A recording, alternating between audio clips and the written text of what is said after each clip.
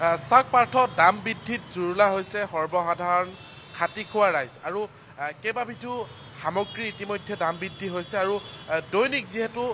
আমি সেই বাতৰি সম্প্ৰচাৰ কৰি থাকোঁ কেতিয়াবা যদি মাংসৰ দাম বাঢ়ে কেতিয়াবা গাখীৰৰ দাম বাঢ়ে কেতিয়াবা অত্যাৱশ্যকীয় সামগ্ৰী জীৱনদায়িনী ঔষধৰ দাম বাঢ়ে এইবাৰ কেইবাবিধো সামগ্ৰীৰ দাম বাঢ়িছে বুট দালি মিঠাতেল ৰিফাইন তেলৰ পৰা আৰম্ভ কৰি পিঁয়াজলৈকে কেইবাবিধো সামগ্ৰীৰ কেইবাটাও ব্ৰেণ্ডৰ ইতিমধ্যে দাম বৃদ্ধি হৈছে প্ৰায় 15 টকা পৰ্যন্ত দাম বৃদ্ধি হৈছে অত্যাৱশ্যকীয় সামগ্ৰীৰ ক্ষেত্ৰত আমি ক'বলৈ যাওঁ যদি কিছুদিন পূৰ্বে দাম বৃদ্ধি হৈছিল চাউলৰ আৰু এই মুহূৰ্তত আমি ক'ব বিচাৰিছোঁ যে বুট দালি ৰিফাইন মিঠাতেল সকলোৰে দাম বাঢ়িছে প্ৰায় প্ৰতিটো ব্ৰেণ্ডত 15 টকা পৰ্যন্ত দাম বৃদ্ধি হৈছে ইয়াত ব্যৱসায়ীসকল আছে মই তেওঁলোকৰ পৰা অকণমান কথা পাতিব বিচাৰিম যিহেতু কেইবাবিধো সামগ্ৰীৰ দাম বৃদ্ধি হৈছে অকণমান আপোনাৰ ওচৰত আহিছোঁ কি কি সামগ্ৰীৰ দাম বৃদ্ধি হৈছে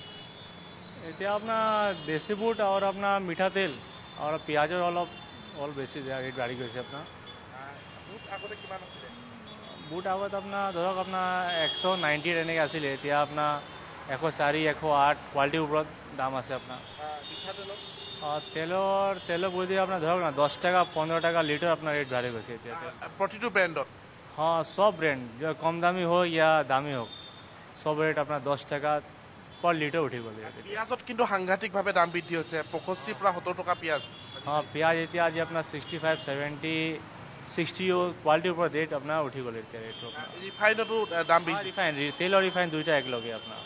সব একেলগে গ্ৰাহক কমিছে নেকি না গ্ৰাহকটো গ্ৰাহক আপোনাৰ এনেকৈ কি গ্ৰাহক আপোনাৰ ডেইলি কৈ কি আপোনাৰ দামটো আপোনাৰ এটি হৈ আছে ৰেটটো তাৰ কাৰণে আপোনাৰ কি কম এতিয়া ৰেট আপোনাৰ কমব লাগে ৰেট আপোনাৰ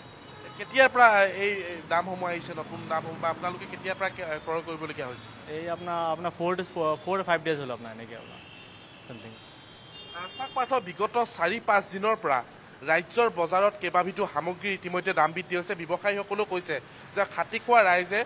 এই সামগ্ৰীসমূহ কিনিবলৈ এই মুহূৰ্তত অসমৰ্থ কাৰণ অধিক দাম বৃদ্ধি প্ৰতিটো মিঠাতেল ব্ৰেণ্ডত 15 টকা 20 টকা পৰ্যন্ত বৃদ্ধি পাইছে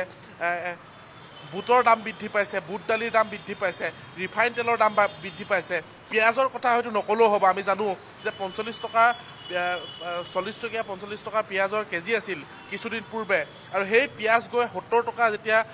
হ'বগৈ সৰ্বসাধাৰণ ৰাইজে কিমান দুৰ্ভোগ ভুগিবলগীয়া হয় সেই কথা এই মুহূৰ্তত নকলেও হ'ব ৰাজ্যৰ প্ৰতিখন বজাৰতেই এতিয়া দেখিবলৈ পোৱা গৈছে শাক পাচলিয়ে হওক বা যিসমূহ অত্যাৱশ্যকীয় সামগ্ৰী সকলো বস্তু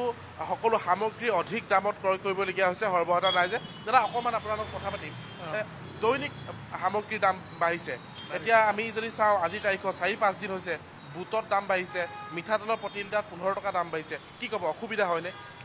ডেফিনেটলি অসুবিধাটো হ'বই আৰু ডেফিনেটলি দাম বাঢ়িলে অসুবিধা হ'বই কি ক'ব খাটি খোৱা এজন জনতা হিচাপে কি ক'ব বিচাৰিব চৰকাৰে অলপ চকু দিলে খুব ভাল বুলি ভাবোঁ বিশেষ কৰি আমাৰ হেমন্ত বিশ্ব ডাঙৰীয়াক আমি বিৰাট ভালো পাওঁ ৰেচপেক্টো কৰোঁ তেওঁ অলপ চকু দি দিলে হয়তো চব এইবিলাক সমাধান হৈ যাব এয়া আছিল সৰ্বসাধাৰণ ৰাইজ তেওঁলোকে ইতিমধ্যে প্ৰতিক্ৰিয়া দিছে যে মেহংগাই কথা কৈ এই চৰকাৰখনে শাসনলৈ আহিছিল মূল্যবৃদ্ধি হ্ৰাস কৰাৰ কথা কৈছিল কিন্তু এই চৰকাৰখনৰ কাৰ্যকালত কিদৰে আচলতে সকলো বস্তুতে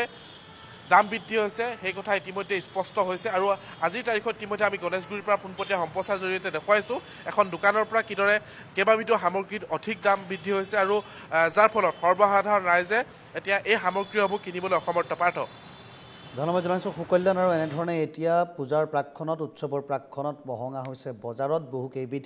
সামগ্ৰী যাৰ বাবে উপায়ন্তৰ হৈ পৰিছে সাধাৰণ ক্ৰেতা